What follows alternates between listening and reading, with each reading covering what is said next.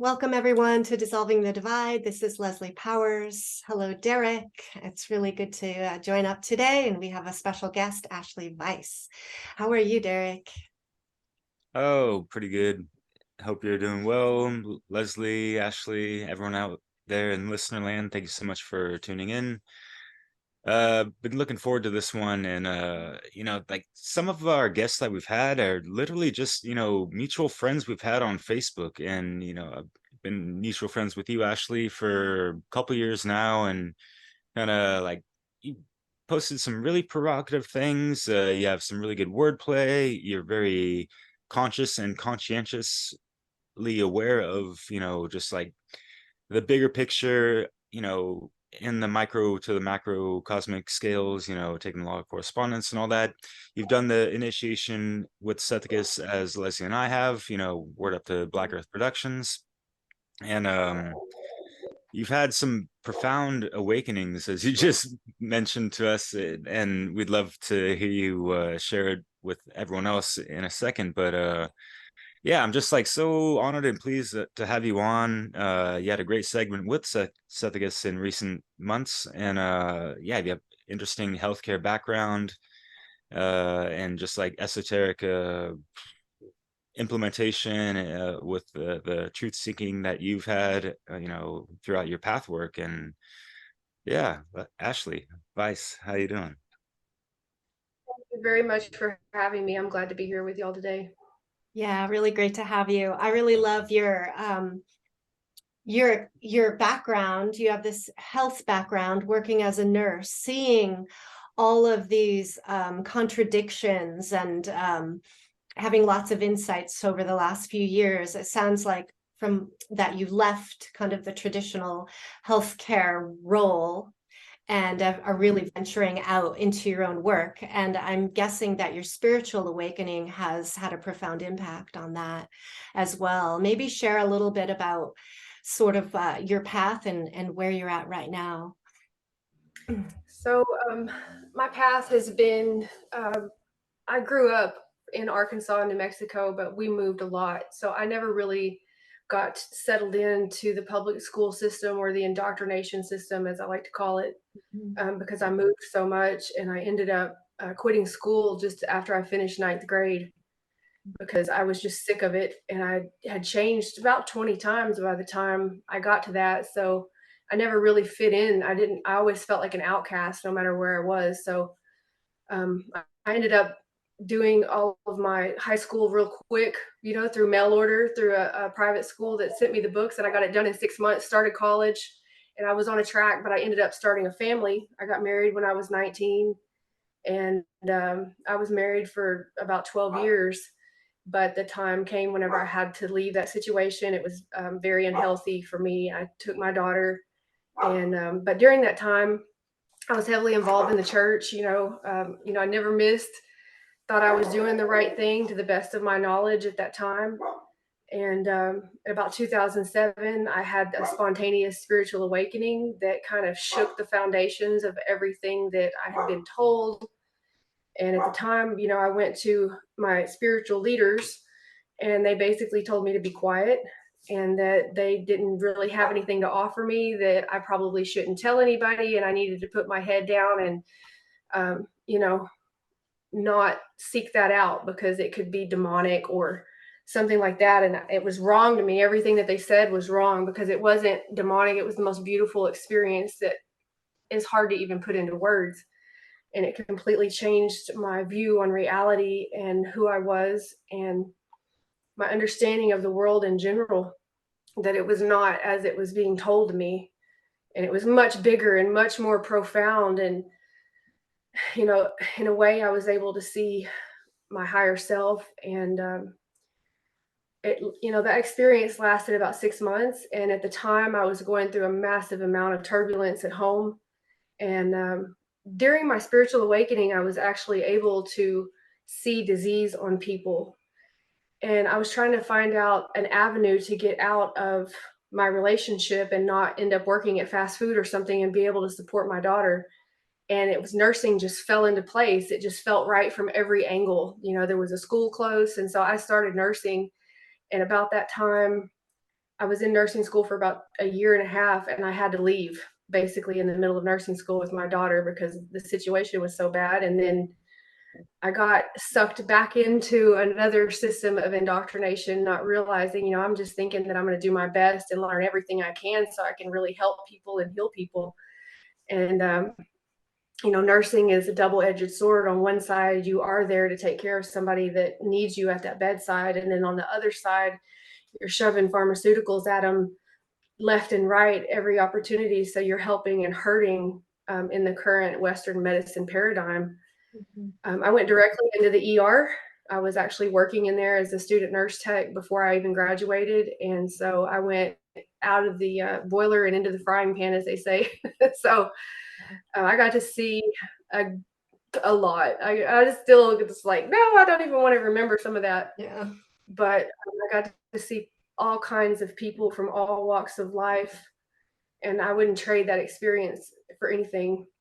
It's prepared me for where I'm at now, and that I'm actually able. I was in the belly of the beast, as I called the ER back then, but I got out of there because I saw that what I was doing was not helping in the long run. It was hurting, and I was burned out. The staffing shortages were horrendous. The addicts, probably 80 to 85% of all ER patients are repeat customers that you see every month, the frequent flyers, they call them. And I've seen people do horrible things to get opiates. And that was the real epidemic before 2020 happened, which they're not talking about as much now because everybody's dealing with effects from what they did in 2020, forcing people to take things that they didn't need. And so you've got so many people. 40% of the people in the United States are on antidepressants, which is the base ingredient, often is fluoride. Wow.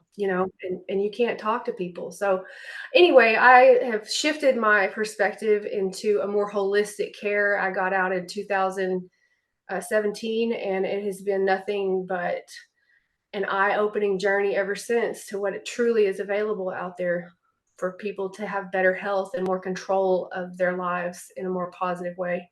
Yeah. Yeah, that's great.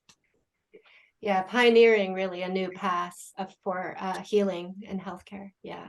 Yeah, you shared some interesting information with us that obviously is not going to be mentioned much in the mainstream at all.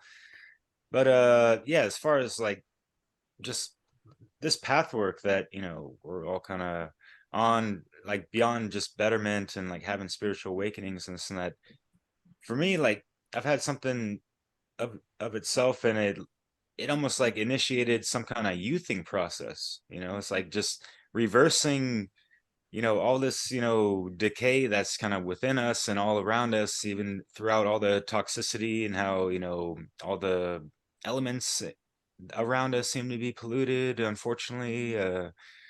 Even like the nutrient diminishment of produce, fruits, vegetables, and all that, due to monoculture and just like the pesticide, GMO, all that stuff. But yeah, to really maintain a healthy balance of everything, to be a pure vessel, to take in that higher force that we're all supposed to have, like be born into.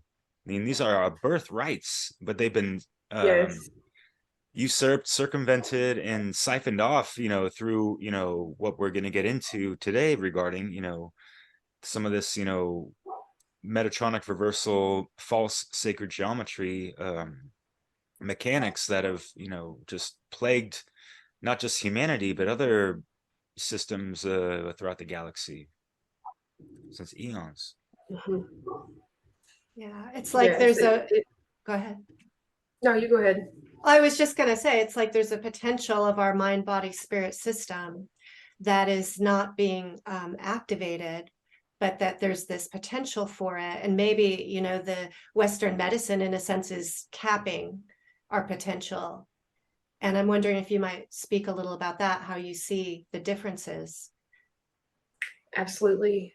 I see them capping our potential through chemical warfare disguised as medicine and food.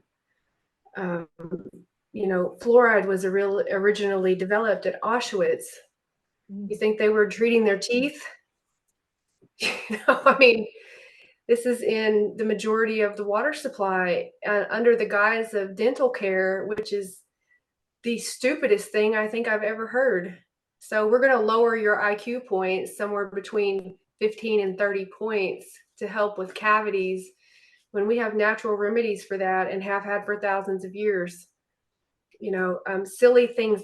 That's silly to me. That's a thing, and it's promoted so much by experts. We have these experts who are government sanctioned, indoctrinated, ignorant of history, so-called leaders in every field who, the more schooling that they've had, the more they believe what's coming out of their mouth, whether or not it's accurate. And, it's been so long since humanity has not been contaminated with all of these things that I don't even think a lot of people even know anymore what we've lost. Yeah. I mentioned it on my podcast with Sethikus, how many senses did we once have? The Vedas are up in the 30s. Yeah. And we're down, after COVID, some of us like me, that I lost my sense of smell. I would like to think I kept my sixth sense, but that leaves me back at 5 again. I mean, it's tricky, because we're trying to activate human potential and bring out our latent dormant senses. And by tapping into this source code and reactivating, repairing our DNA, which is the rainbow bridge, okay? That is it, back to the divine. And having that knowledge is so suppressed about human potential, and what we're capable of. And what we're capable of it's amazing. I mean, when you really read about it, it is the Superman archetype, or if you want to look at it like that, because we do have a sun within us that you can tap into. And it's all a resonant frequency. It's a state of mind. And I look at all these chemicals that we're exposed to, and I don't let it get me down. I know that you can detox the best that you can do, because the worry and the stress about trying to not have any toxins in your system in this current environment will lower your immune system alone. Yeah. And on the other That's a hand, negative feedback loop that. Yeah. Sorry. Yeah. And if you can focus and keep your mind on the higher goals and raise that frequency within yourself, we're like an EMP.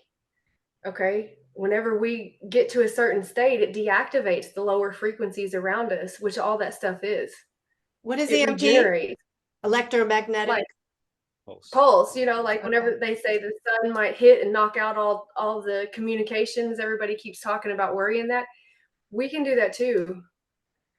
We have a sun within us, So it's not easy to get to that place. It takes years, but it is possible. I know, because I've been there. I didn't stay there. I don't think you're meant to stay there all the time. You'll explode, but it's something that I don't want to say ascended master. I would say more like adepts.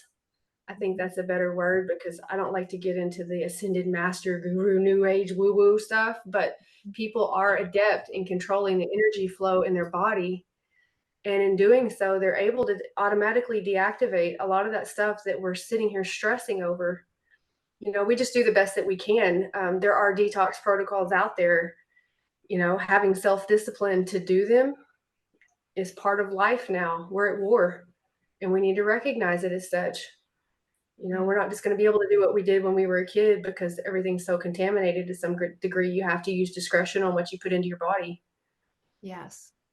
Yes. So the medical pharmaceutical system in effect tends to put a damper on or clog up, in a sense, some of these like natural healing pathways, energetic pathways.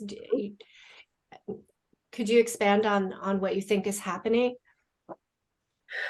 I think a lot of it, especially the psychotropic drugs like antidepressants, that people are taking, they're basically they're ending up on them every day for the rest of their life, and they've been told that there is no such thing as withdrawal. So they calcify your glands. Okay. So we know that the energy centers in our body are around the glandular areas. Those are the plexus for energy movement. And so getting in the body, exercising, I'm crazy about my water because I had visions about the water being contaminated. That was the first thing I ever saw when I woke up. Okay, so I have reverse osmosis water. And I live with it. You can get a easy, cheap system nowadays for your house for, less than $200. That's about the only thing that's going to get that fluoride out and get the pharmaceuticals out. They're not filtering them out. They want antidepressants in the water. They know it lowers your IQ and your will to fight back and your will to be empowered, and you get complacent. I know because I got on them. After I started nursing, I got depressed. I had gone through a divorce and I fell into the tricks of, oh yeah, take this pill, everything will be okay. And it shut everything down for years. And it took getting out of nursing to be able to get anywhere part of that back. Yeah, I think sometimes it's tricky because the medicines can initially create a sense of like returning to yourself or energy or feeling better. But over time, I think that they dull the emotional system and you become very separated from your emotions, and you're like a stagnation, right? Can occur. And then getting off of them, you feel like zapping in your brain and stuff. It's clear it's doing something. It's yeah. Oh yeah, I went through all that. It was so bad. I had the brain zaps. It was like being gently electrocuted with any outside stimulus, and it lasted for 6 weeks. But before I got off of them, I hadn't felt a single emotion in 2 years. I hadn't cried. I hadn't laughed. I had been in the ER for 7 years. I was burned out and I couldn't feel anything. And I finally said to myself, if I have to go through the rest of this life without feeling, I would rather be dead. Yeah. And that's when I decided, you know what? I'm out. Yeah. And on top of it, watching the opiate situation. My last day in the ER, we had intubated a 14-year-old that had fentanyl patches all over him and he was brain dead. And I had to stay with his mother in the room the whole day because he was an ICU hold. And that was like my final straw. It was the straw that broke the camel's back. And I just, I went home and I told my husband, I'm getting off of these pills and I'm starting over. This is not how I want to live my life. And I'm very, very grateful that he was supportive of me and allowed me to go on the journey to find out what my spirituality was, back to what happened in 2007, so I could go back to the truth. And I found Mark Passio. I got my phone, and in a fit of frustration and rage, I thought I was yelling into Google, what even is the truth? And it was actually into YouTube. And it pulled up Mark Passio. You can never do that again. I tried it. It'll never happen again. And it pulled up Mark Passio and Nicole. And I was like, what is this? And I watched the first video, which was kind of in the middle. It was the de-occulting, like the red and black video. I think it's way up in the middle. But I watched it like 3 times in a row. And then it was like, boom, I just dug in. And I wasn't working. So I was like going like crazy. And that's what I've done for the last 5 years. And I just now got back into nursing. Yeah. Wow. So I wouldn't go back in until I had a grasp on what was really happening. What's different about how you've gone back into the nursing field now? How do you approach it differently? Well, for one thing, I own my own business. And I'm more of an entrepreneur, and I provide the services that I want to provide. And I got my own medical director, and I am working with Eastern and Western modalities and stem cells that are harvested from your own blood for different remedies, which are a multitude of remedies that we have our own cure for right out of our own plasma. Everything from regrowing cartilage to regrowing your hair. You can do all that from your blood. And so I'm just looking, it's completely different now. I'm looking at holistic health. I'm looking at fixing root causes instead of treating symptoms. Yeah. And I get to choose what I do and make my own schedule and who I see. Yeah. So you have a symbol behind you, and this is a sacred geometry symbol. And I think that we talked a little before about how significant this has been for you. Please expand a little bit about your journey into the symbolism and how that relates to our I guess, potential as humans and health. Okay. So when I first woke up in 2007, this is the geometry that I saw. I didn't know what it was called.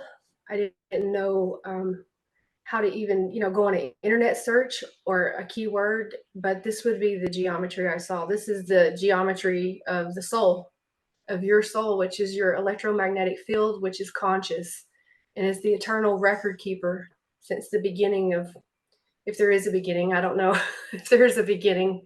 I think it always was and probably always will be, because energy doesn't die.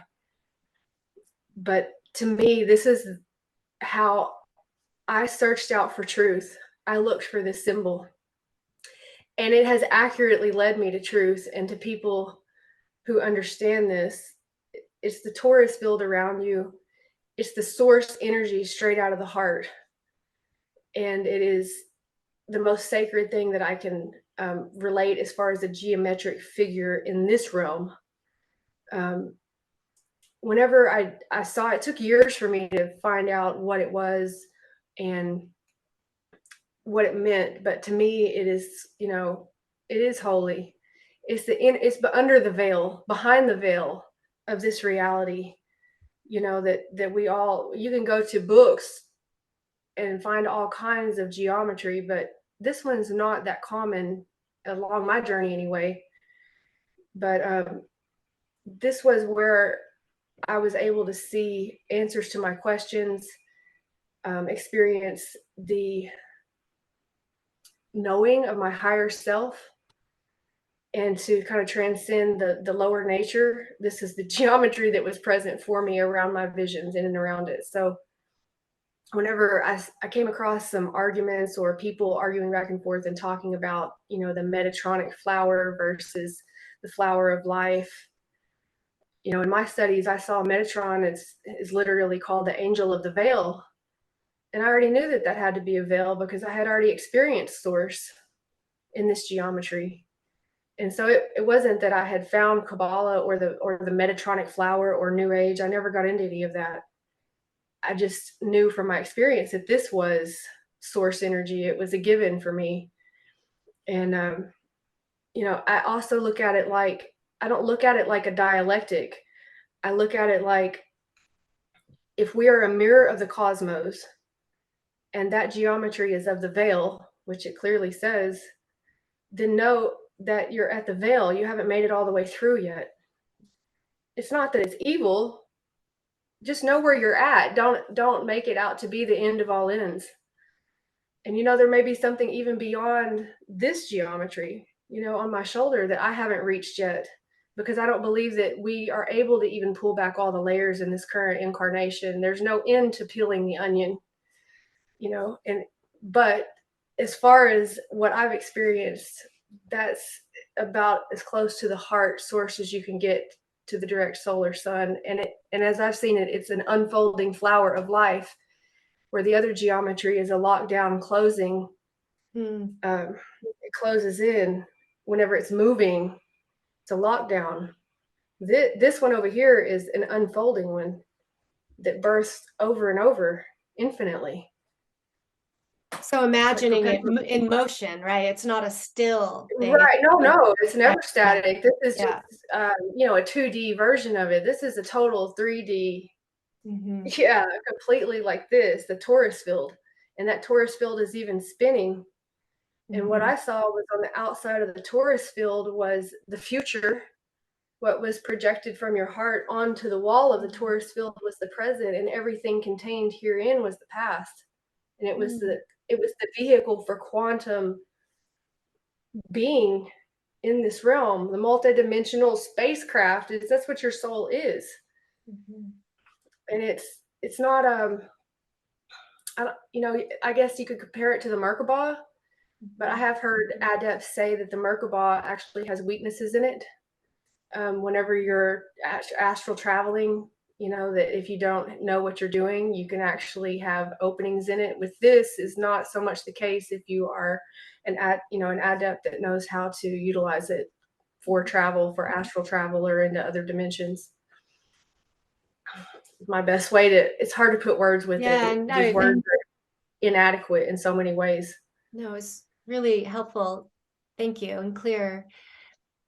I wonder, okay, what do you think is the benefit or the transformation effect from sort of making that shift from the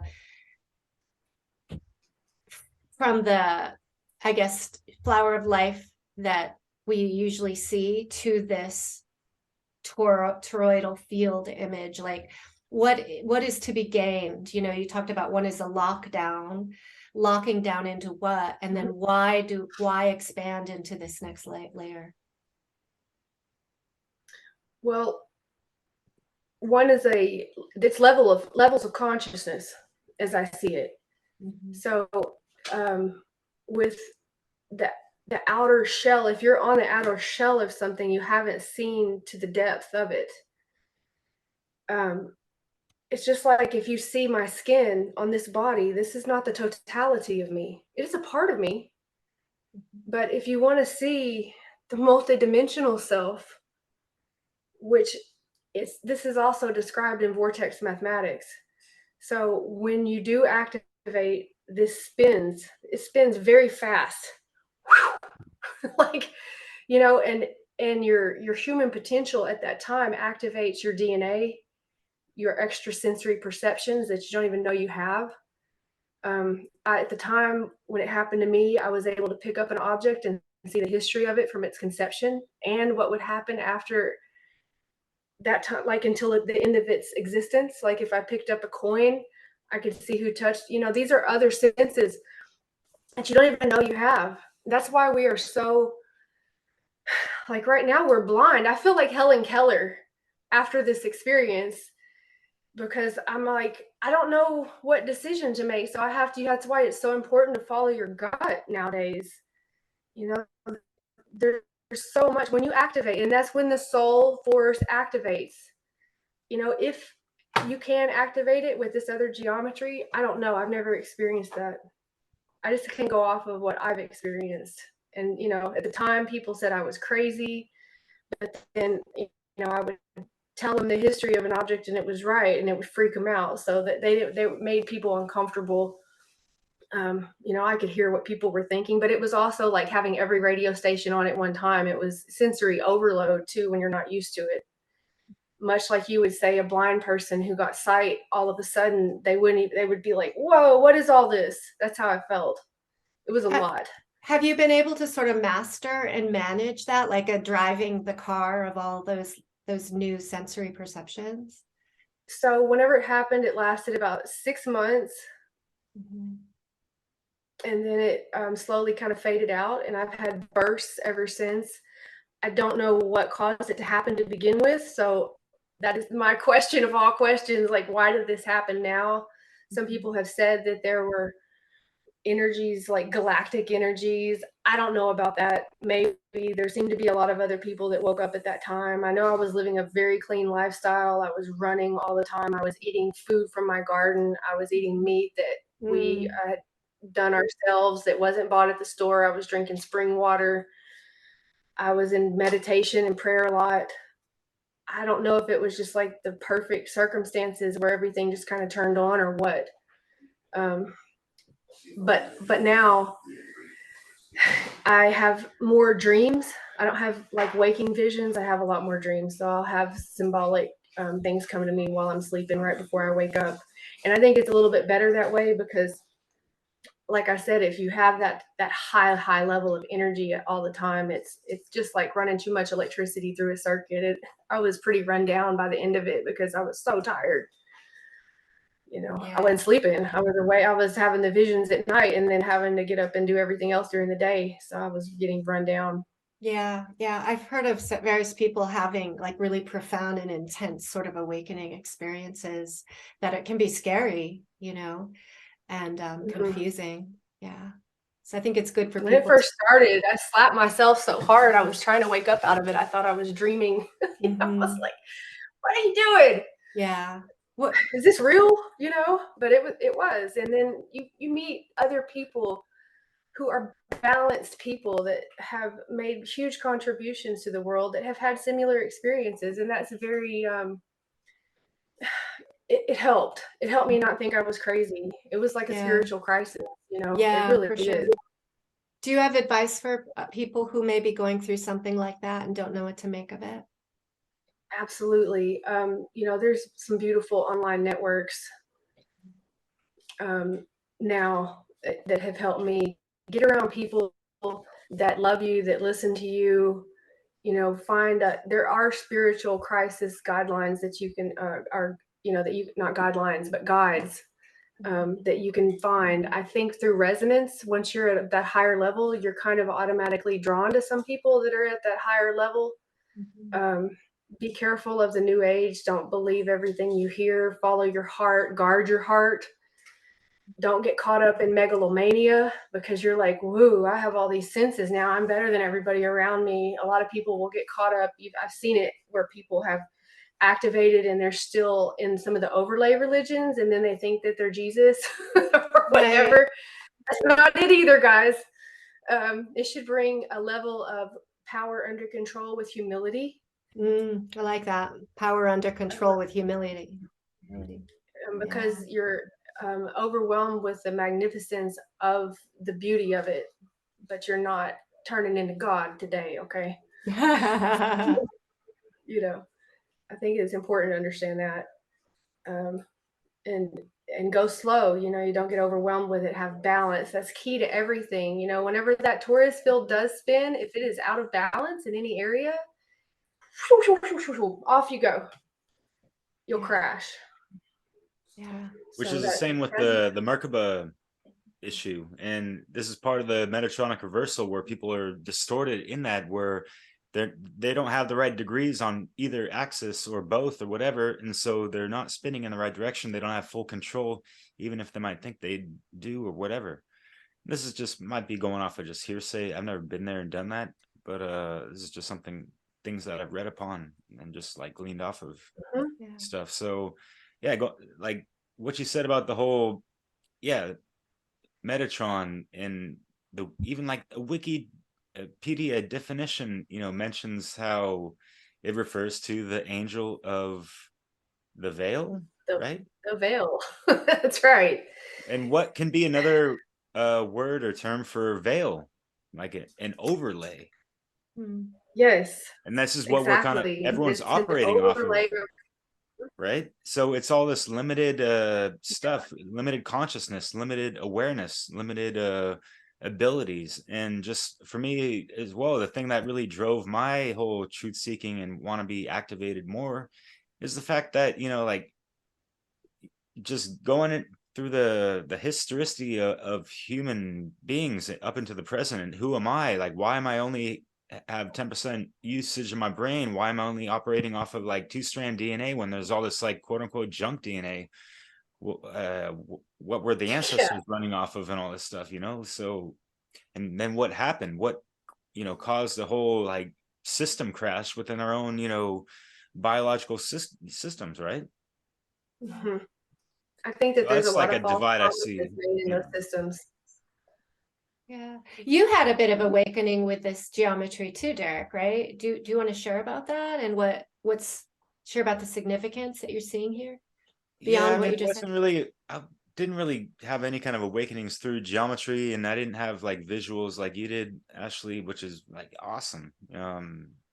But I can relate to a good degree of just like riding these certain, high frequency waves that we've never experienced before.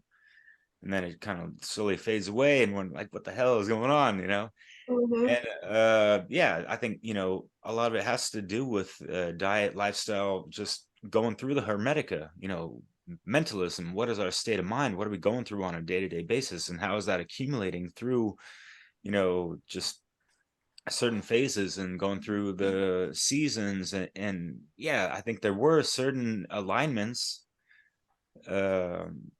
trines or transits and all that stuff in the cosmos that, you know, had certain higher waves of energy that we could, you know, kind of tap into and ride off of and ride into whatever.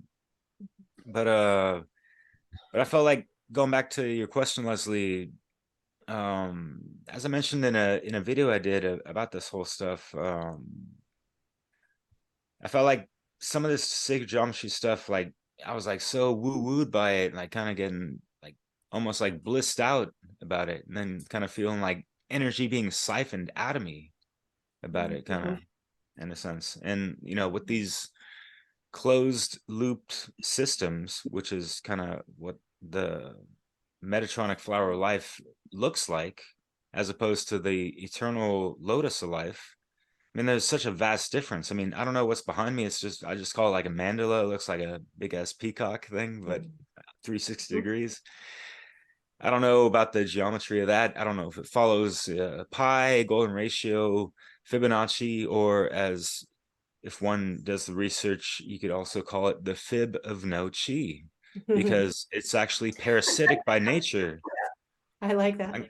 Because I'm gonna add some, you know, slides in the video, because the video thumbnail kind of alludes to a lot of these things, and we could break it down mathematically, where the Fibonacci does, you know, starts at 0 and then it goes, you know, in a sequence, but then after that it's only, you know, feeding off of the last number or entity to build off to the next one.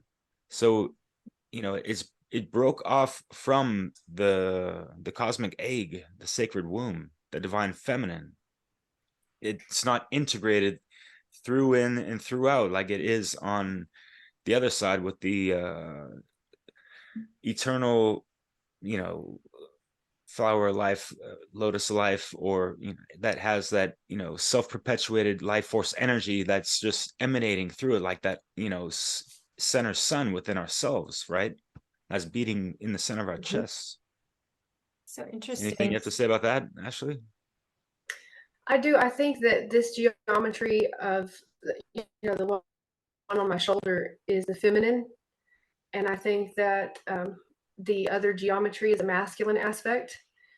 And because I see this as a generative source energy that's on the inner sacred center of our heart, where I see the other as a veil or overlay, which is described in the very definition of its name.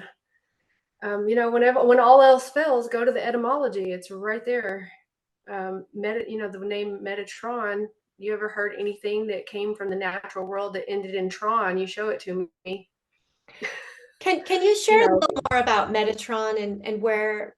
So I understand it to be an angel. I don't really understand the roots of Metatron yeah, and yeah. it's in. I'm not going to pretend to be an expert on this. I will say that it has to do with Solomonic magic. And I see Solomonic magic as a knowledge that came from the jinn. At that time, I think that humans were traded out in slavery, from what I've read and studied, initially for that knowledge. And you know, you can call them jinn, you can call them whatever you want. It's the fiery ones. They live longer than us. They were probably here before us, and I don't think a lot of them like us. They live in the electromagnetic spectrum. And this was the knowledge of the external temple instead of the internal temple. And that's where its roots lie.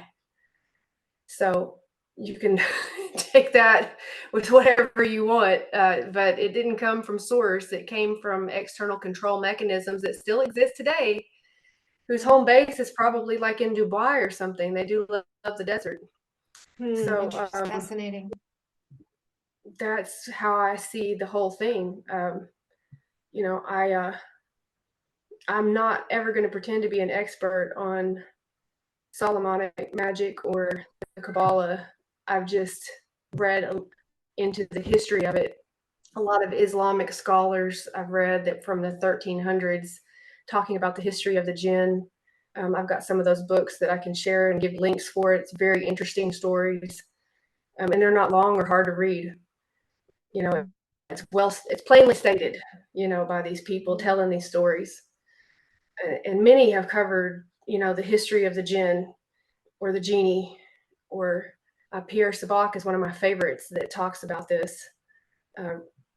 Rosemary Guiley talked about this. There's so many where you can go into understanding, but I think that they have existed in all cultures, and you know, they like to be left alone, and we have tended to go over in the desert and blow things up. So I think we pissed them off on more than one occasion. You know, they're interdimensional and they're a little bit more advanced than we are. And in our ignorance and lack of knowledge, we have stirred things up that we know nothing about. And I think, you know, we've got people, I think some of them are like angelic beings. They are like fire. They say that they're smokeless fire, which I consider electricity. They operate in that field. And they're definitely in a lot of our technology. I don't know, you know, there are some paranormal things that happen in this technology that we're working with, especially with the AI. And I think that that's all tangled together, okay? Because they're non-corporeal beings unless they're using our bodies or the body of a robot or a computer or something like that. This is why Native Americans would not have photographs of hanging up, because it has an electrical charge to it that can be a hopping spot for these entities. That's in Islam, it's the exact same thing in practice.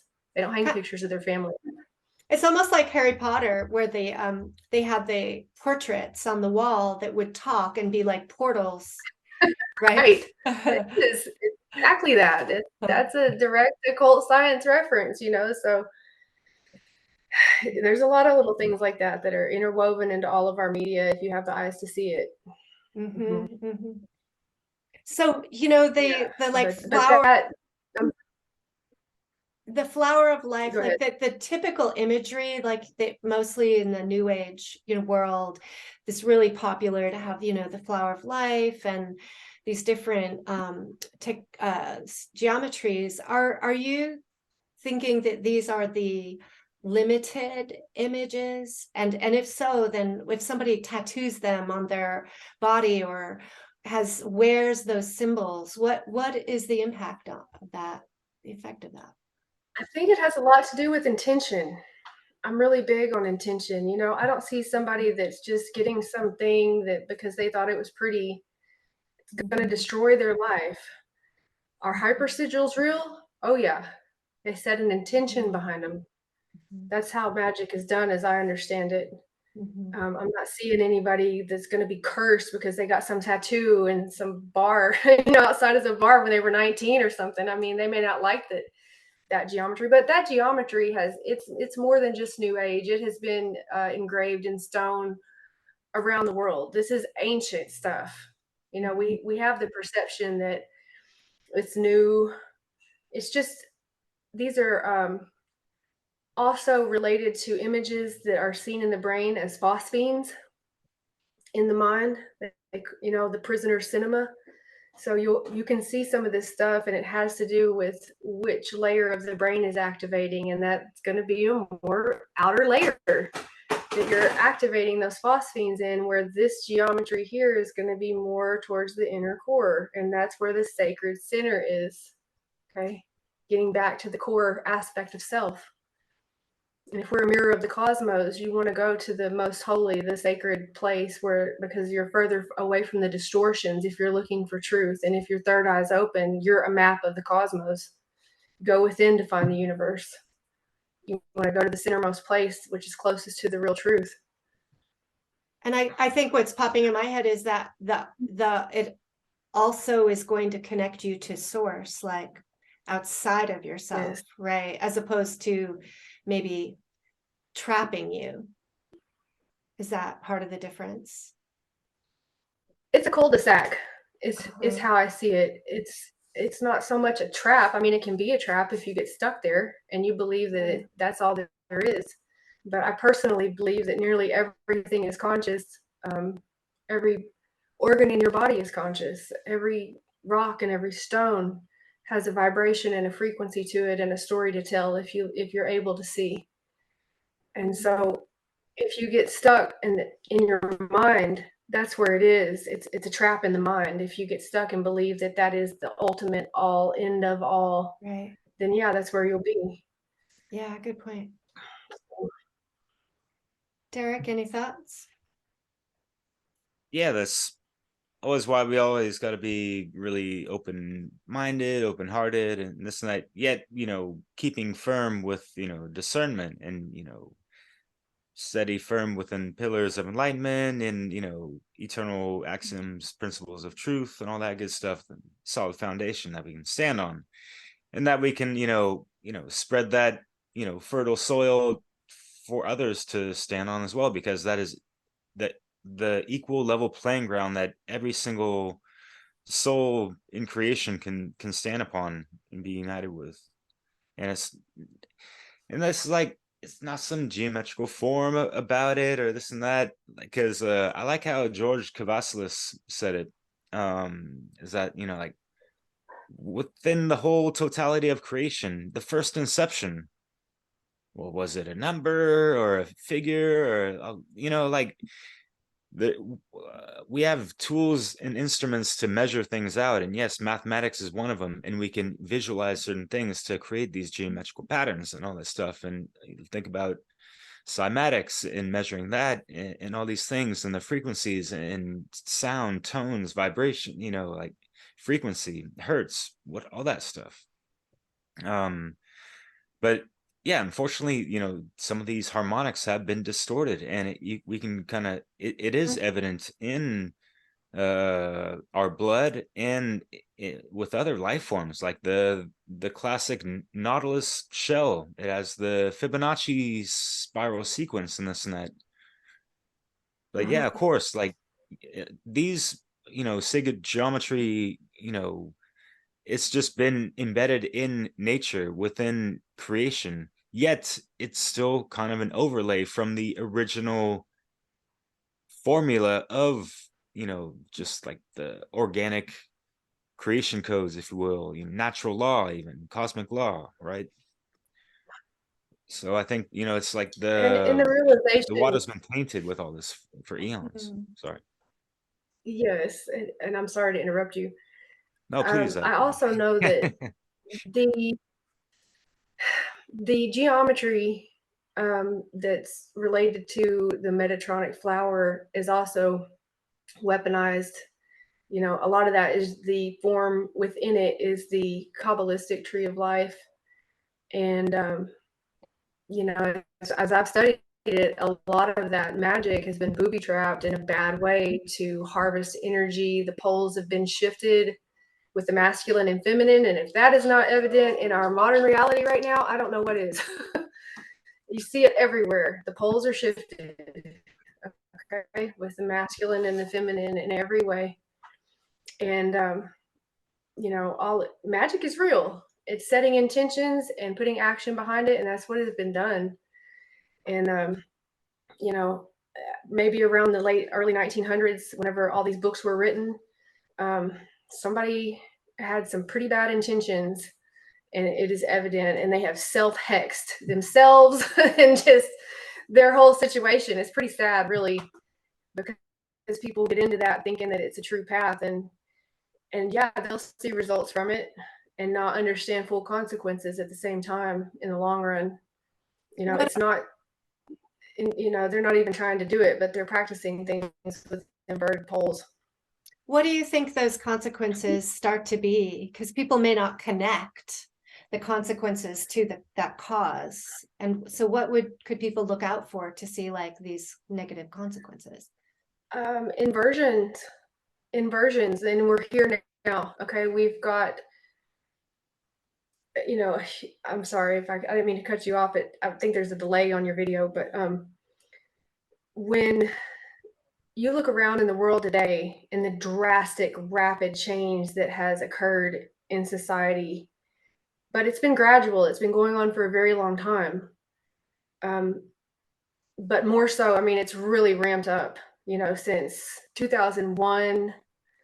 I think each war that we've had there's been another massive shift, you know, and every huge sacrifice that is made with these wars is an energetic field for these intentions for whoever, you know, the secret unknowns, you can call them, that are in charge, that are planning out the future destination behind the scenes through, I mean, they have puppets that are called politicians, you know, or frontmen, but these people are practicing black magic and they are inverting the poles. And that's why, you know, what is good is now called evil or not politically correct or acceptable, and vice versa. You know, what is, you know, is wrong, it's obviously wrong, it's against nature, is promoted in every way, because this is all a manifestation, because all is mind.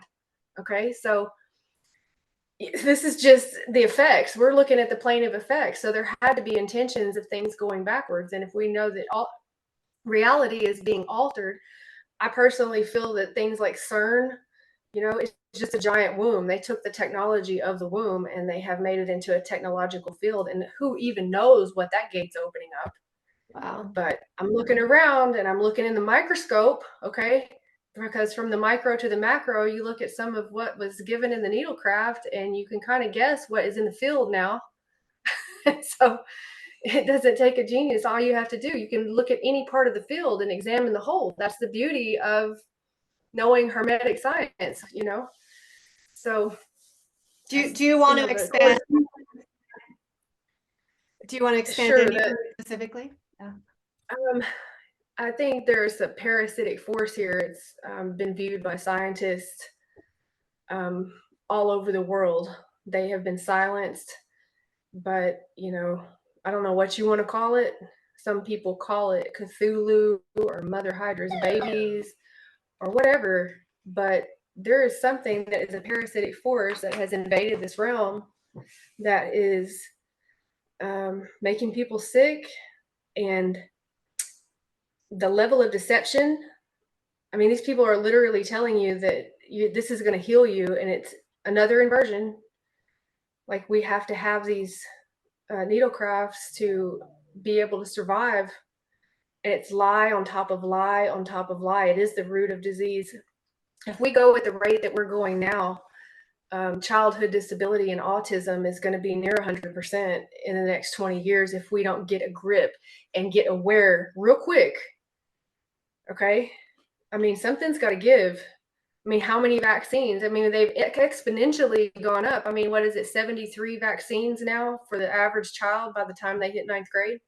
Crazy. I mean, it's insanity. And the ingredients in these vaccines, I hate to say the word, I don't want to say the you know what word, are literal correspondences to dark grimoires to summon dark gods. You know, and people have not, you know, I've been lucky to have access to texts, you know, and I'm not getting into these texts to practice this stuff. I'm all about know your enemy, you know, common sense. If you want to have a immunity to evil, you need to know what they're doing. Look under their skirt, so to speak. Speaking of veils, you Right, know, yeah. they have veils as philanthropists, as healthcare providers. They take all these names when they've been everything but that. They Even killed if the they people took who the knew how to heal. Hippocratic Oath? They become hypocritical, you see.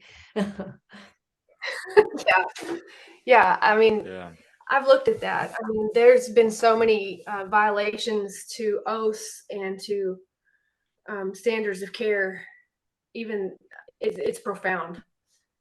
It's a lie from one end to the other, you know, and it's tricky because when you're in the hospital, say you get sick, say you break your leg, and you have to go to the hospital, you have to have care, okay? And those people are going to get you in there. They're going to get you surgery. They're going to keep you from getting an infection, and they're going to heal you in that right. But on the flip side of that, they're going to give you a drug that is so addictive that you could, if you have the right genetics or circumstances in your life, end up on that drug for the rest of your life while you're in recovery from that broken leg. I mean, it's a catch-22. When all the while there were 1,000 other ways to prevent yourself from getting on pain medicine. And so we're going to have to, you can't throw the baby out with the bathwater, I think is an important thing. You have to have structure in society to handle emergencies, to handle healthcare, aging population, sicknesses, because people do have all this stuff. You can't just say, oh, well, the whole hospital system is bad. There are people that care and want to do right. They just don't know. If I hadn't taken this time since 2017 to study this knowledge that I have learned through all these amazing people who have taken the time to teach it and put out these podcasts and point me towards these books and education, I don't know where I would be. I mean, it's just now, it takes a lot of time, you know, to do all this stuff and to learn all this stuff. People say, how do you have the time to do this? Well, I was fortunate enough to be able to take off work. I didn't have a lot of debt at the time, you know. So it's, you know, debt is what's keeping us from being able to have leisure time to study the things that we want, you know, and the debt slave system is destroying knowledge because you're just trying to chase the carrot just to make the bills, you know. Very I don't look true. down on people who are supporting their family, keeping their lights on, feeding their kids at all. I'm not trying to be condescending to them for not knowing this stuff, but we have got to not live beyond our means. And I know that a lot of people are doing the best that they can. I'm not saying that other that either, but getting away from entertainment and getting back to real education and spending time with each other and bouncing ideas off of each other so that, you know, we can really learn real knowledge, not indoctrination, not the evening news, not, you know, what your classroom gave you in a history book that was published by the Rockefellers. I mean, that's not going to be where it's at. Yeah. You know, it's tricky in this modern world. Those medicine men of the, oligarchy, Rothschildish type of breed, unfortunately. Yeah, so I had a question for you, and as far as like, because yeah, you had a great chat with Sethikus. You spoke a lot about the healthcare system and this and that, and you had a segment in there talking about parasites and this and that. And what can you touch upon in regards to like the false overlays and how it is kind of parasitic in by nature, by its modus operandi, if you will, and how yeah, the mathematical equation, adds up to validate that. And just, how you can see it from the microcosm to the macrocosm. I mean, think about these archons and these lower astral parasitic entities, whatever the hell, and whatever the hell is feeding off of us on the inside within our guts and all that stuff, and even like pale that to like a narcissist, right? Or a sociopath, they're trying to feed off of other people's energies and this and that. And who do they like to target the most? More people that are more spiritually enlightened, empaths, and those that have a lot of high sensitivity as well, because that's a lot of energy for them to fucking feed off of. And just like bringing it down to a 3D level, like we all have to eat food sources and all that jazz, right? So there's so many things to consider as far as like, and it's not to say like us as humans are parasites and this and that, but sorry, I know I bundled up a lot of stuff into one question, but I do that too often. I'm sorry. The vampiristic, parasitical Voila. like aspect, yeah. Yeah, thank you. Right. So because of the law of correspondence, okay, you are going to have, if you have parasites inside of you, you're going to have an antenna for them to communicate on the inside of you. Okay. It's just that simple. It's a resonant frequency. And so these entities can embody what resonates with them. And because they are parasites on the macro, in the spiritual or astral realm, size is irrelevant. Okay. And whenever your third eye is open, you can see these entities. I've even read and I've heard one say before, like, if you go into an ashram in India, they spend like 30 minutes in the morning, like cleaning their mouth, clean, coughing up phlegm, rinsing, because when they go into meditation and their third eye opens, all these parasites are talking to them, the bacteria in the mouth. Oh, wow. They're expressing their desires. Okay. That's why whenever you have a yeast infection, and you want a piece of cake so bad, you're in there trying to study and you're like, I just want some sugar. I need some sugar right now. Well, that's not your thought. Okay. That's the yeast who has hardwired itself into your nervous system telling you that you need to go get sugar. So that's best case scenario that it's telling you, okay? These parasites that you have in your body, and almost everybody has some form of them. This is maintenance. This is astral hygiene, I call it. Clean, are you going to clean your house once a decade? This is it. This is simple. You do a routine. You vacuum the floor. You wipe down the mirrors. You do all these things, and that's just your diet. That's your lifestyle. That's your thoughts. Okay, because thoughts are manifesting into negative energy. So when you're in a negative state, you're going to eat worse. You're going to go out and have something you probably shouldn't. Whatever. And it's not easy. And it's like we're under the gun in so many areas in life. You're like, you don't want to not reward yourself for things that you do truly enjoy. Do those things, just don't do them. It's all about balance, and it's about balance with detoxing. So if you've got parasites in you, have a routine, write down an annual calendar, start off any detox with a parasite cleanse, because you want to kind of get rid of those before you start stirring up toxins in your body. Because if they're alive, it can make you sick. You can really feel like if you overdo it, you can get like a Herxheimer reaction and feel like you have the flu and all that. Cleaning out the liver. I'm a big proponent of some good old fashioned black walnut and wormwood. I think that a routine of that. There's several other different anti-parasite agents. People need to be asking, why was ivermectin made illegal? Basically, it was like you're the horse devil. You're trying to make people make horse. Well, it's an anti-parasite agent. Why is an anti-parasite agent working for a viral disease, so-called? Why is hydroquinone, from Satan, according to the news during 2020, it's an anti-parasite agent. Yeah. Why did they not want you to take that? These are old drugs that have been proven with a safety track record, okay? And then you look at some of the follow-up movies and documentaries that were done, and that, the funeral home directors said, hey, we can't even embalm these people. There's stuff growing, okay, in these people's veins that look like some sort of unknown protein. Well, what is that? It was the funeral directors that had to blow the whistle on that stuff. Nobody else was doing autopsies because the hospital is putting down cause of death is COVID. And well, they got their little check for doing that, cha-ching. So they're not wanting anybody to question it because they might have to give money back, okay? So yeah, they got paid for every one that was given, and they got paid for every cause of death, and they got paid when they showed up if they were diagnosed with it. We're talking billions of dollars here. So doing stolen a regular taxpayer money dollars. What? Do what? Stolen taxpayer money dollars, type of thing. Sure. And I don't know why. Why do they get money for the?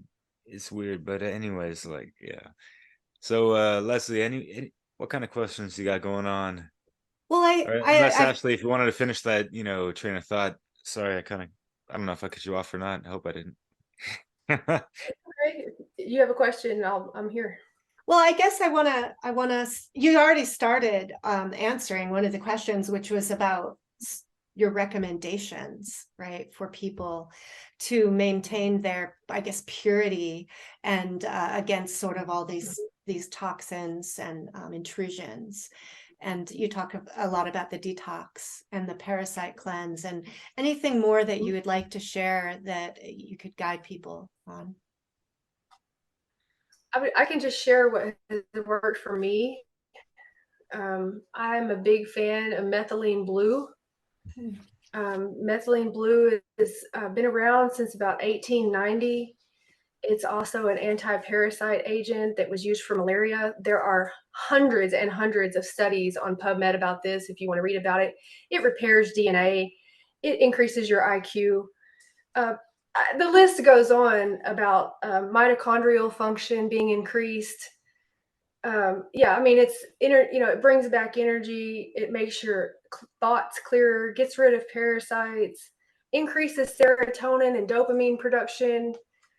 It's kind of funny how many benefits that it actually has, because you're like, how could one thing be this many benefits and then no one talks about it?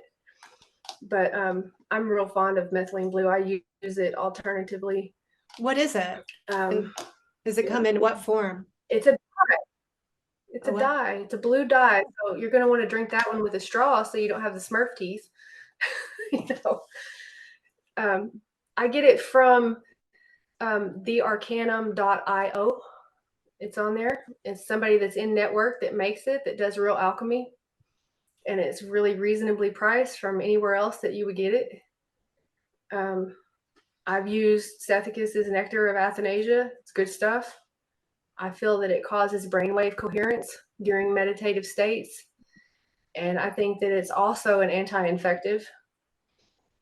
I like diatomaceous earth. I add it. It cleans plaques out of your body and removes toxins. Trying to think. I love glutathione. Yep, that's it right there. Yep. Is that related at all to Ormus gold? No, it's way beyond that. Is it? Yeah, it's not the same. Ormus, no, it's They're not totally separate kind of equivalent at all. things. I Yeah, was curious. no. Okay. It's not that. It's beyond monoatomic gold. It's not. Yeah, like Sethikus Boza, Black Reflections. He's done that. I busted this out because look at the right. Exactly. little lotus, if you notice, and then shout out to that Levolution crew. They got their own superfood, immune system helper booster type of thing. But yeah. That has like bladderwrack, Irish sea moss, and burdock. Kind of. Oh yeah. We're not paid for that, by the way. It's like a health trifecta. I've read about those three in combination. That's good stuff. Yeah. Trying to think what else. Glutathione, I think, is important. It's like called the greatest and strongest antioxidant almost available. We're supposed to make it naturally. Most people are in a major deficiency. Vitamin C, of course, is important. This time of year, you want to make sure you're getting your zinc.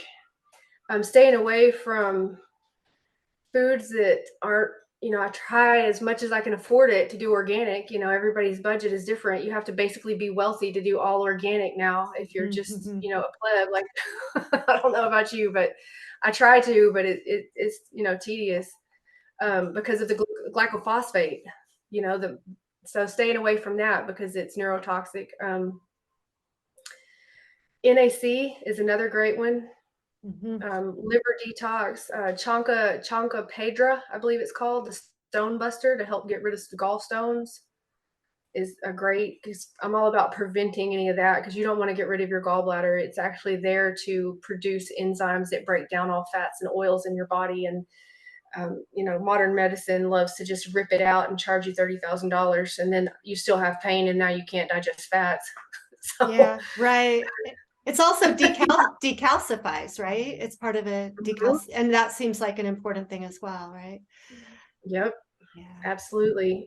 I work with a naturopath. I encourage anybody, if you can find a good naturopath in your area, go holistic. If you have to go to Western medicine, go to integrative doctor or a DO instead of an MD. That looks more on preventative instead of just treating solutions with chemicals. That's going to only make you sicker over time. And white sugar, white sugar is the root cause of all plaque in the body and inflammation. That's what is converted into the LDL cholesterol that causes all strokes and heart attacks, is from sugar and carbs through the conversion of glycolysis in the liver. It's not fats and oils. You need your fats and oils. That low-fat diet that they did years ago was a direct attack on the nervous system. I mean, of course, not all oils are good. You don't want to do hydrogenated oils.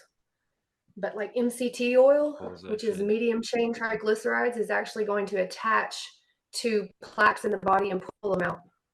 And you can cook with it. You can do anything with it. And it is so good for you. Yeah, and it's pretty much coconut oil based. And I've heard different sides of that. Like you can just get regular coconut oil, it'll do the same thing. But maybe that more concentrated stuff is better. But wanted to ask you your thoughts about, avoiding, mucus forming foods, that kind of stuff, being more alkaline inclined, all that good stuff. I mean, like, might as Yes. well make this show more You're, about like spiritual hygiene and yeah, shit, but let's do it. yeah.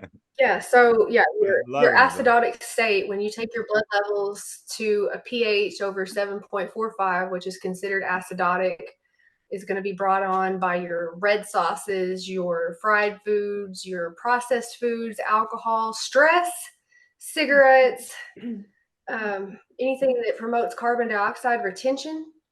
So, of course, not exercising, you're going to have a higher level of carbon dioxide in the blood. So anyway, to balance that out, I do spirulina personally. You got to watch out for your source to make sure that it doesn't have mercury in it. Like that Irish sea moss, of course, is another, good alkalinizer. Every once in a while, I'll take like a pinch. And when I say pinch, I'm talking in between my pinky and thumb of regular baking soda and put it in water. And that, you don't want to do that too much. You don't want an over alkaline state either, because then you won't digest your foods properly. You have to have that hydrochloric acid in your stomach to break down all this stuff. So don't Wow, is that overdo it. powerful? Again, That I little emphasize pinch? balance with everything. Yeah, it doesn't take a lot. When people came into the hospital and they were in an acid state, especially diabetics, I give them sterile baking soda, water, sodium bicarb straight into their vein. But not Arm & Hammer, not the mainstream kind of stuff, right? But more of a pure. I get some. I forgot the name of it. There's red. Yeah, I get it at the health food store. I forgot the brand that I use. Yeah.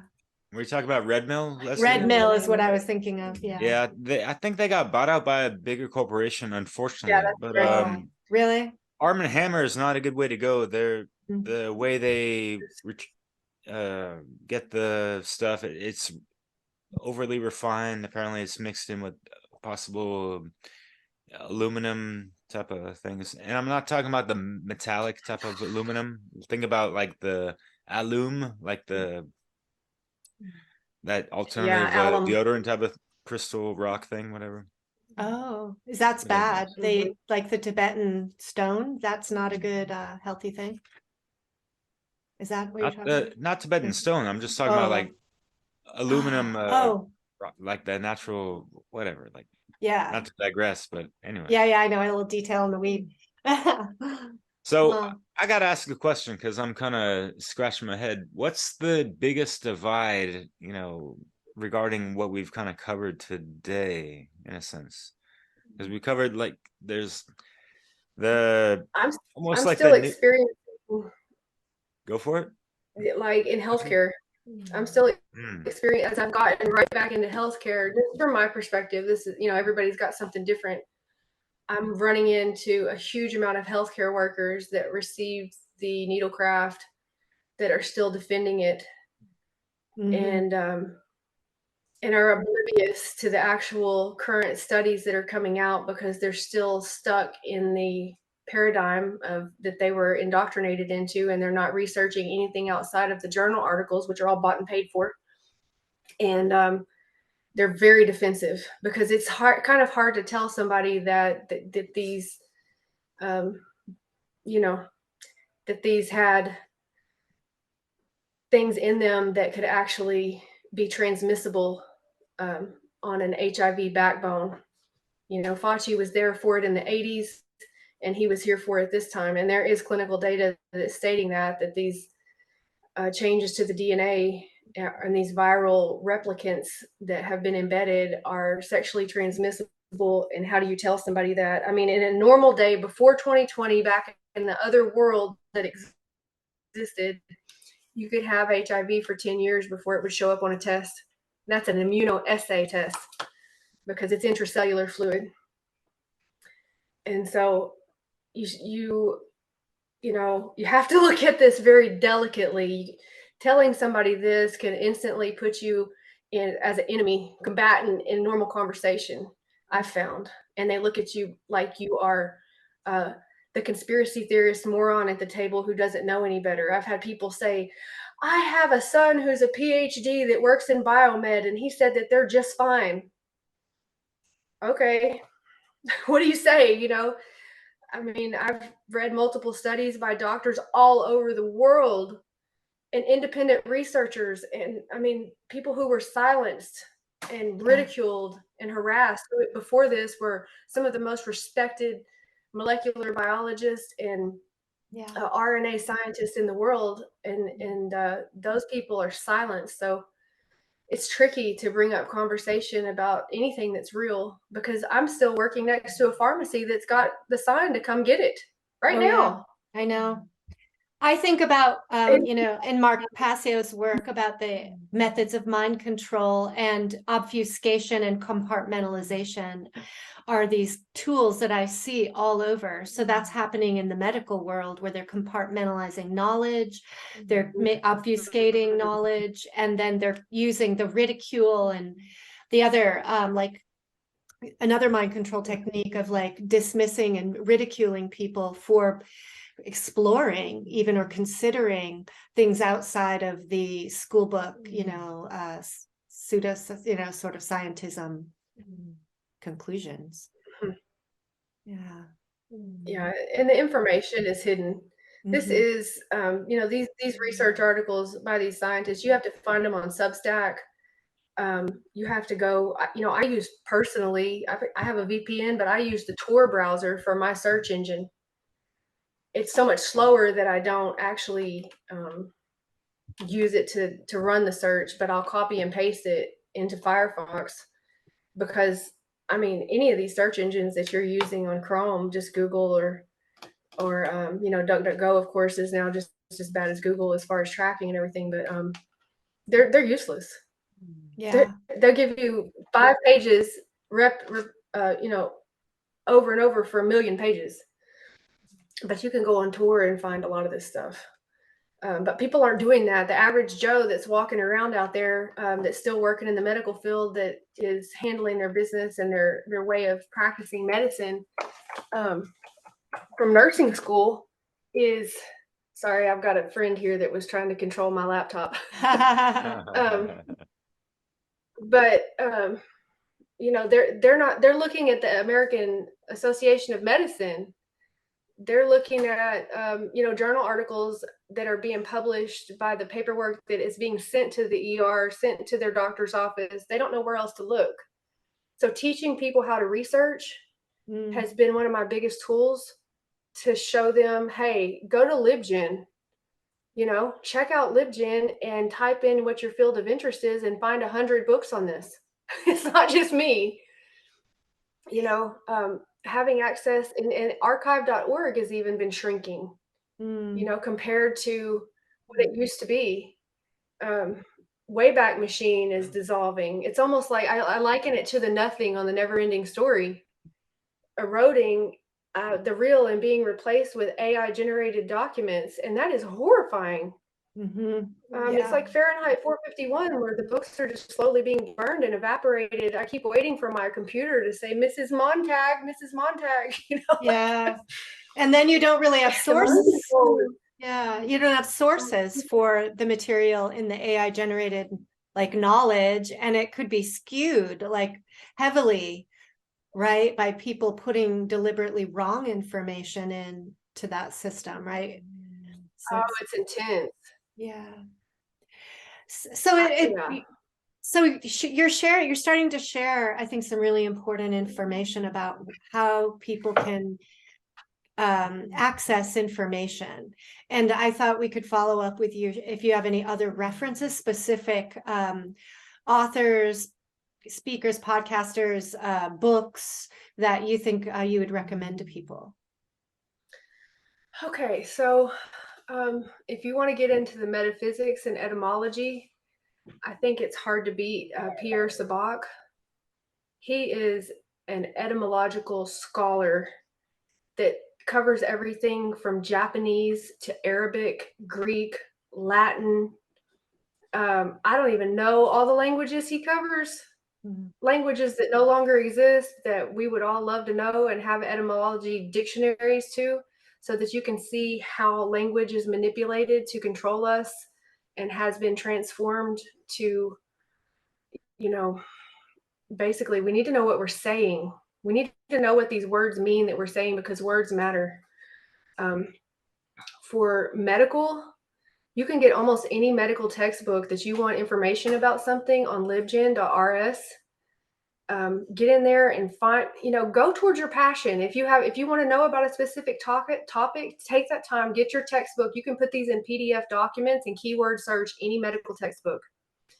I think that that's important, because we're going to have to start taking back control of our healthcare, and not listening to just what other people tell us that should be done, but because you're going to find a wide spectrum on LibGyn of different ways to treat things, everything from spiritual, metaphysical to Eastern, Western medicine. You'll find books in Russian, which you can Google Translate. Russia had a great deal of advancement. A lot of them are like technology behind the Iron Curtain, stuff like that. And you'll start to see, like, there's psychic enhancement devices that they made over there. They've got blueprints. There's all kinds of stuff. Getting into Hulda Clark, all of her books are on there, to blood electrification for killing viruses. All that was stopped. Bob Beck device, museumoftarot.com has got the entire diagram to build the Bob Beck device yourself for about $20. It's called the plant growth device, I think. I love that guy over there. He lets out a lot of occult knowledge. Of course, I say kindergarten for the truth movement should be Mark Passio video #1. It's a given for me. Start right there so that you can branch out. It's the foundation. I took the How to Become the True Media class, and he dropped so many bombs in there of how to access information. I would recommend that for anybody.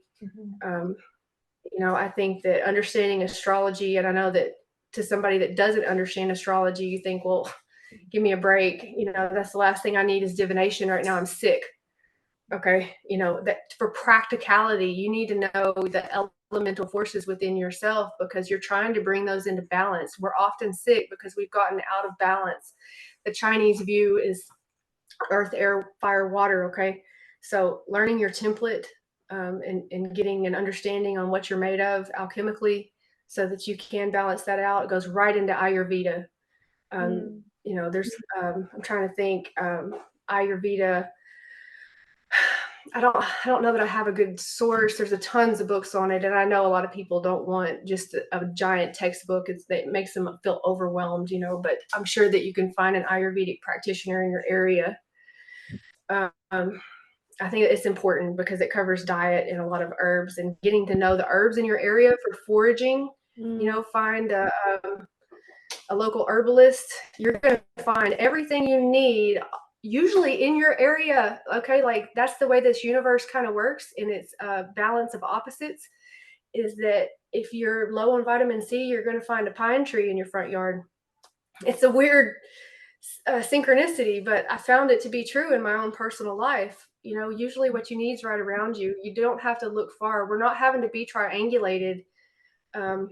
When we start to really get back in touch with yourself, and I know that this may sound crazy. I don't know that everybody does this, but I use dowsing rods. And if I'm looking for something that I need, I'll ask the direction for it, quiet my mind and just go towards it. Yeah. And not even everybody needs that, but it's getting back to quieting your mind so that you don't have the monkey mind taking control and causing anxiety. Getting in this network of people has been great because, not all of us know everything. We're all specialized in different areas. Surrounding yourself with people who care, getting in touch with people. I was never into social media at all. I didn't even I had a Facebook account. I didn't make a post on Facebook until 2019 because I just wasn't in it. Reaching out to people. There are a bunch of people that care.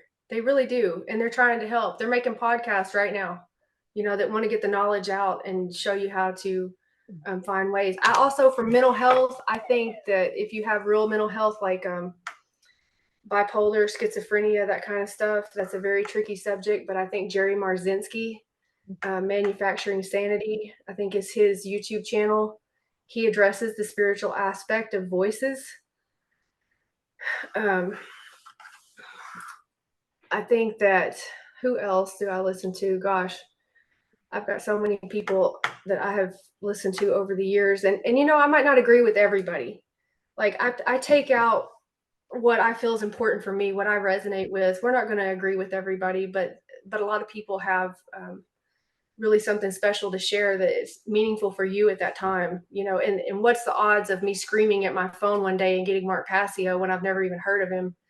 There are synchronicities that happen whenever it's our time to come to, you know, they say that like the teacher appears when the student is ready.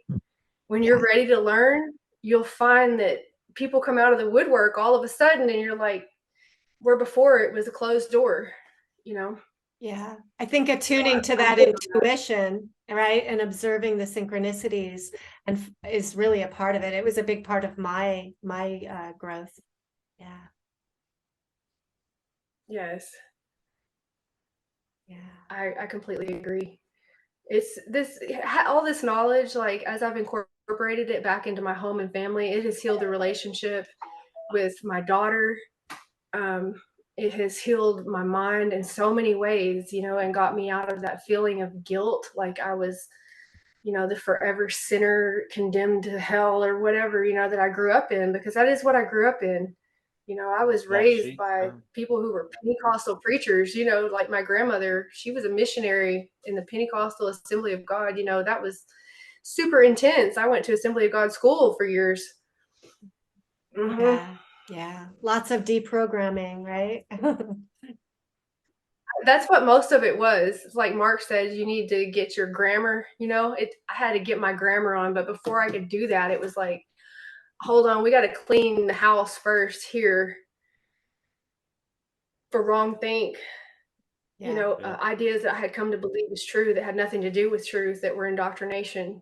The negative knowledge. A lot of that, yeah, I mean, getting like in the education system, John Taylor Gatto, you know, Hope and Tragedy and Hope. That's another wonderful resource to start at. I mean, that guy over there has got it together as far as really educating people on proper history.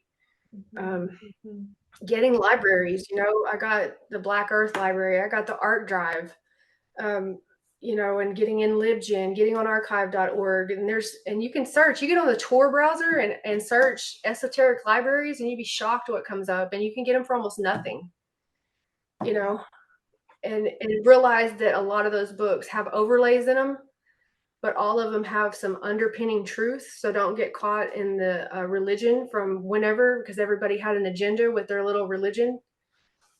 And look at most of them, whatever it is, it should be pointing you back to you, okay? Not to an external deity that you have to go to. Now, I am big on getting in touch with the ancestors, because I see that as a part of myself. And that's another thing that's happened for me since I got into this knowledge and seeking it out, is that I had basically an experience. This was just about 6 months ago, where I had a vision where I saw myself as an ancestor that was enslaved and hexed, and I saw it undone. But it happened then, it happened in the vision, it happened in the present and in the past and in the future. I saw it all at once. And I felt it. Everything changed. And I even called my daughter and told her about it. And I called my mother and told, because this was a matrilineal generational curse that had happened on my mother's side. And we had a huge, horrible murder in my family back in the 1930s. And it was so bad that it made like worldwide news. It happened in Shreveport. My aunt was brutally, brutally murdered and raped and burned alive, and she was only 15. And I was shown that even that was part of this generational curse that had gone back for 1,000 years. And it was a horrible thing that happened. It was the last hanging in the state of Louisiana, because the people had to call the National Guard in, because they stormed the courthouse and the crowd tried to take him out, this guy that had done this, because he confessed to it. And it's in a lot of the paranormal history of Louisiana and everything. But I was shown that even that it went all the way back to the Moorish Barbary pirates, was how far this went back. I know that it sounds crazy. I realize that for somebody else that's hearing me say this on the outside, but getting back to real truth and true healing, this is a DNA healing. This is like in your blood, and it goes back generations. Okay. A lot of these diseases that we have are generational curses. You've inherited certain diseases, and those diseases didn't just start in the realm of effects. They started in a causal plane. Okay. So when you start to truly heal, you're healing in the causal plane, which time doesn't exist there. That's a construct in here now, in this body. So you transform on a multidimensional level. And I know that sounds woo-woo, and I can't help it. It is what it is. That's all I can say. This is my experience. I'm not reading it out of a book or trying to semantics, tell somebody, concur. like, convince them of anything. Yeah, no, I concur. And as a generation, yeah, I think that we do carry the legacy of our ancestors, and that we have the potential to halt those generational curses or patterns through our awareness and consciousness, and opening up that third eye and the intuition to be able to recognize them. I think that is important. And I'm guessing that there's some connection to this sacred geometry as well, that expands throughout time, backwards and forwards, right, energetically, and maybe holds on to energy. And so there's probably energy practices as well to cleanse, right? And shamanic, there's a shamanic, shamanic healing practices are around that energetic clearing. And memory being held into our DNA from like our ancestors, and our soul family. Healing if that you go back to your trauma. ancestral. I'm sorry, go ahead. No, I was just gonna say, like what y'all are talking about is also just like that shadow work, that intergenerational healing of that generational trauma. Yes. Throughout whatever. It is literal DNA repair. It's what I call repairing the rainbow bridge. The road back to your ancestors and remembering who you really are is the road back to source. Okay? Because that's where we came from. That's why we're here, is because of them, good, bad, or ugly, to be able to face those dark aspects and transform them, transmute them into what is good now here on the field, where you can actually make positive change. I think is the whole reason that we're here. What I see in the way that I've experienced things is that in the spiritual plane, things are kind of static. This is where you come to change it. This is where you come to move the chess pieces in the matter, and we're here not to just sit still and just watch it go by and meditate it away. We're here to act on it and to repair our DNA so that we can change the future for the good.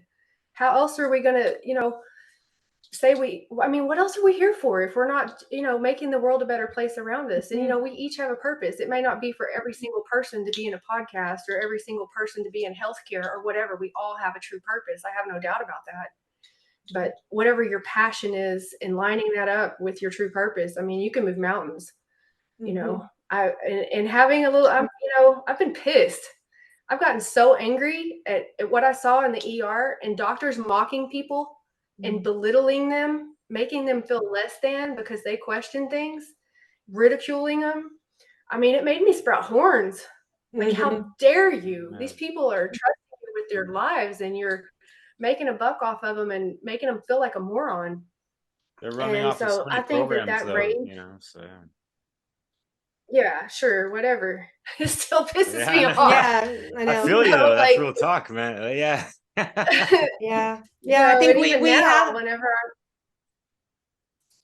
Yeah, Sorry. I just get angry. And even now, I can't stand it when somebody starts telling somebody that. I just like my face turns beet red, and I'm like, you know, I think we have to make a stand. we need that. Yeah. It's time. It's Yeah. past time. You know, this not feeling, being afraid of our emotions because we haven't dealt with anything is going to be the death of us. We're going to have to start feeling some rage again and not caring, you know, be mad enough to defend what we love. There is a world worth fighting for here. There's a future worth fighting for. Yeah. And we have, you know, it's our duty to stand up and talk about it and get the word out there. And, you know, I've been so busy lately trying to get a business going, trying to take care of family. You know, we all have duties, but I talk to everyone I come into contact with. You know, I try to give them resources to read. If they ask me a question, I'll throw a book in their text message so fast they won't even know what hit them. You know, like, that's great. Just look at this page. Look at, you know. Damn. Yeah, I love that. That's really special, you know, about turn what. on your Bluetooth. Yeah, yeah. I think it's rage. Go ahead. You go ahead. I think our audio is a little funky. Yeah, I just want to say I think everyone needs to realize that we're all being attacked. We're all being affected by this. And it's going to take us all getting pissed off about these overlays and these you know, I don't know, like the truth has been inverted, as you were saying, and things have been distorted, and we are being like limited by these veils that are really like very concretely felt in our lives. And I think hopefully this will rise some people, like get the rise out of people to be pissed off and recognize that there's something more. And we, you know, I really appreciate this where this conversation is gone in very holistic way, and how well you're able to sort of integrate these like very deep kind of esoteric concepts with real life sort of health matters. I think that's very a special gift and offering that you have. I really appreciate, you know, your blending of skills and knowledge. Thanks for sharing. Yeah.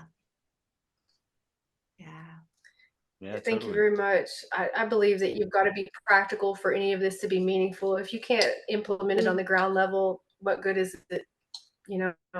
Exactly, because our bodies are. I don't know. I got. It matters. I know there's a delay on the audio a little bit. It's okay. No, we have to. This body is our vehicle. This is our car. I said that, you know, on my last podcast. Take care of your vehicle. This is your chariot to handle the things that you need to handle.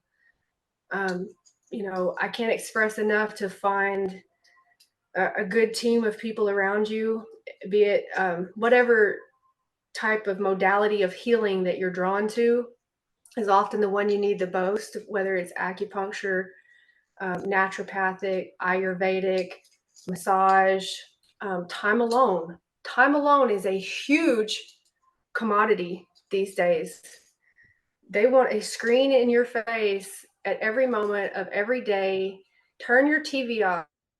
If you are on cable news, I hate the TV. I never have watched TV. I don't get it. I mean, I watch a movie whenever I want to go watch a movie, but as far as just sitting there and being mindlessly programmed, that is a huge part of the problem. Antidepressants combined with blatant, incessant TV of mainstream media is the root cause of a great deal of suffering in this realm right now. Yeah, I agree. It's almost unfathomable how much it is dividing everyone. So yeah, great points. So I think it's a good time to come to a close. Are there any final points that you want to make that you haven't shared, or that you want to really emphasize before we close up? Either one. I want to emphasize definitely that don't let the darkness of this world take the joy away from you. Find things that make you happy. Seek out your passion, whatever makes you laugh. Get in nature. Put your feet on the earth. Play with your animals. Play with your children. Put the phone down. Drink more water. Get an exercise routine. Enjoy the day. Be in the present. Feel the love around you. Remember the good memories. Preserve what's sacred. Protect what's sacred. And don't give in to evil. Don't back down, not for 1 second. Don't ever let your guard down. Follow your heart and surround yourself with as many good people as you can that really care, and do what you love. Material things are not worth misery and giving up your time and not having time with your family or what's important. Yeah, great And I advice. guess that's what's important to me. Yeah, Derek, that's great. I love it. Yeah. Derek, do you have anything you want to add to close up?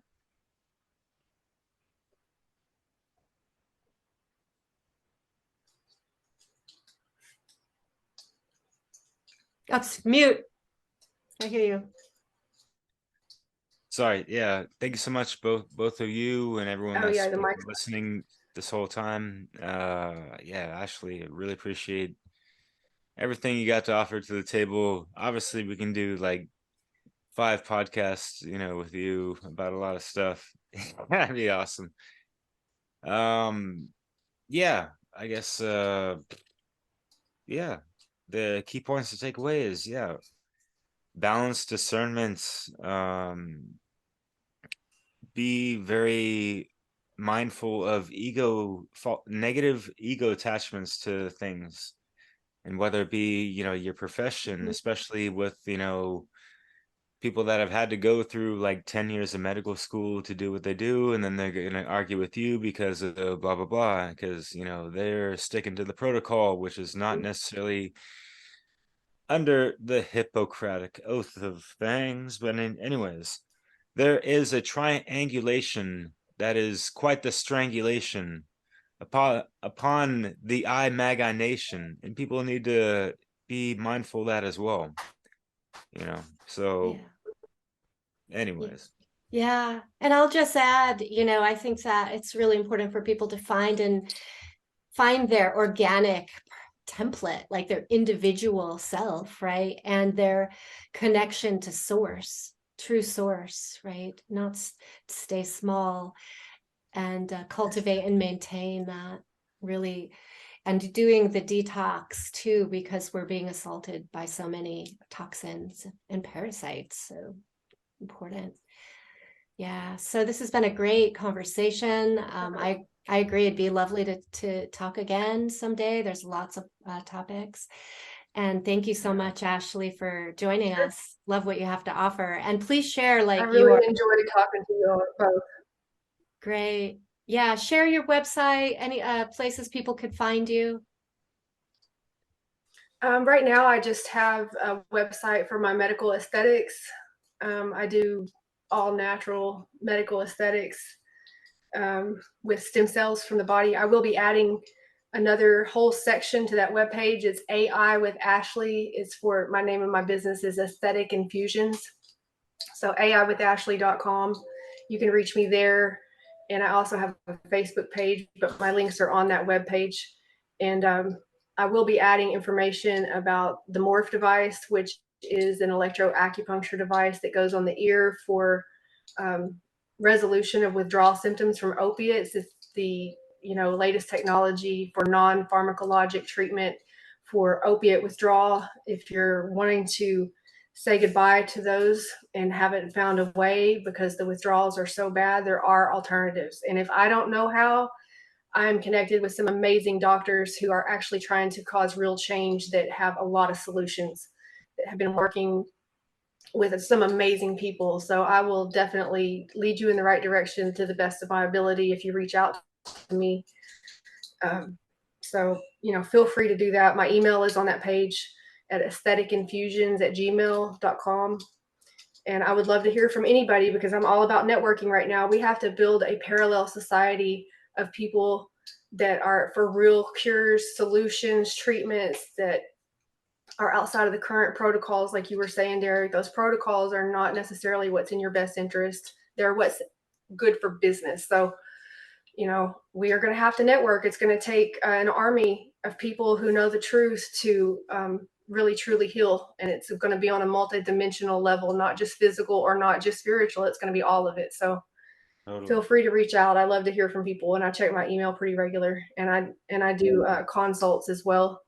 You know, if anybody just wants to sit down and talk, you know, or have problems, like I say, I might not know the solutions, but I've got an amazing network of people that I can reach out to, you know, or put you on a path towards alternative methods that you might not have heard about. So hell yeah, Ashley. And we're gonna leave as many links as you want in the show notes, you know, so people can look at that pretty easily. So yeah. Thanks so much. Yeah, thanks again, Ashley. Really enjoyed this. Yep, thank you, Derek. Thank you so much for having me. It was a good conversation. Yeah, thanks everybody who watches. We've been dividing us from the divine in us, reaching a primal dust. It's been a wild time, we just accept and embrace yourself, fully analyze for your mind till you walk on water, then you fly. We've been dividing us from the divine in us, reaching a primal dust. It's been a wild time, we just beyond the cyber sorcery, beyond scarcity, safe for my thoughts, thoughtfully, the life of me, there I be. How can I welcome these velocities? Seldom seen, but does the gossip cease? No, not since the dawn of speech. Did they hear that beat? Did they feel this type of heat? I know their own increase, hell freeze, Betty blazing trees. Cadence weaves along the ways that they breathe, from caves to reefs, major leagues to the gates of peace. His aspect refracting triads, 3 axes, crossed it in axes, repeat after my eye mask. Try that fiasco, continual intuition of spirit worlds. Word ritual, discover mind towards your tour with your own source. How you ask will open doors, what it's all for.